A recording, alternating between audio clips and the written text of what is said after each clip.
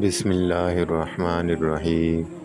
حضرت تمیم داری رضی اللہ عنہ فرماتے ہیں کہ جب نبی کریم صلی اللہ علیہ وسلم مبعوث ہوئے، اس وقت میں شام میں تھا۔ اپنی کسی ضرورت سے سفر میں نکلا تو راستے میں رات ہو گئی۔ میں نے کہا، میں آج رات اس وادی کے بڑے سردار جن کی پناہ میں ہوں۔ زمانہ جاہلیت میں عربوں کا خیال تھا کہ ہر جنگل اور ہر وادی پر کسی جن کی حکومت ہوتی ہے۔ جب میں بستر پر لیٹا تو ایک منادی نے آواز لگائی۔ وہ مجھے نظر نہیں آ رہا تھا۔ اس نے کہا، تم اللہ کی پناہ مانگو، کیونکہ جنات اللہ کے مقابلہ میں کسی کو پناہ نہیں دے سکتے۔ میں نے کہا، اللہ کی قسم تم کیا کہہ رہے ہو؟ اس نے کہا، میں ان پڑھ ہوں۔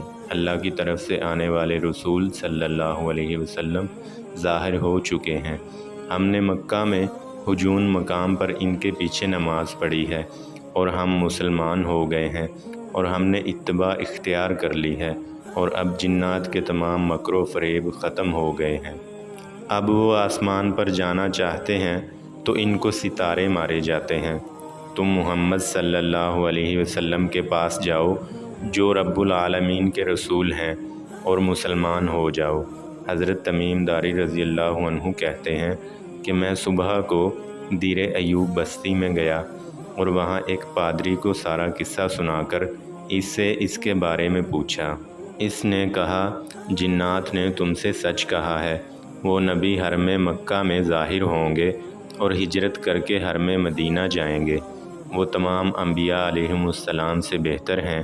کوئی اور تم سے پہلے ان تک نہ پہنچ جائے، اس لیے جلدی جاؤ۔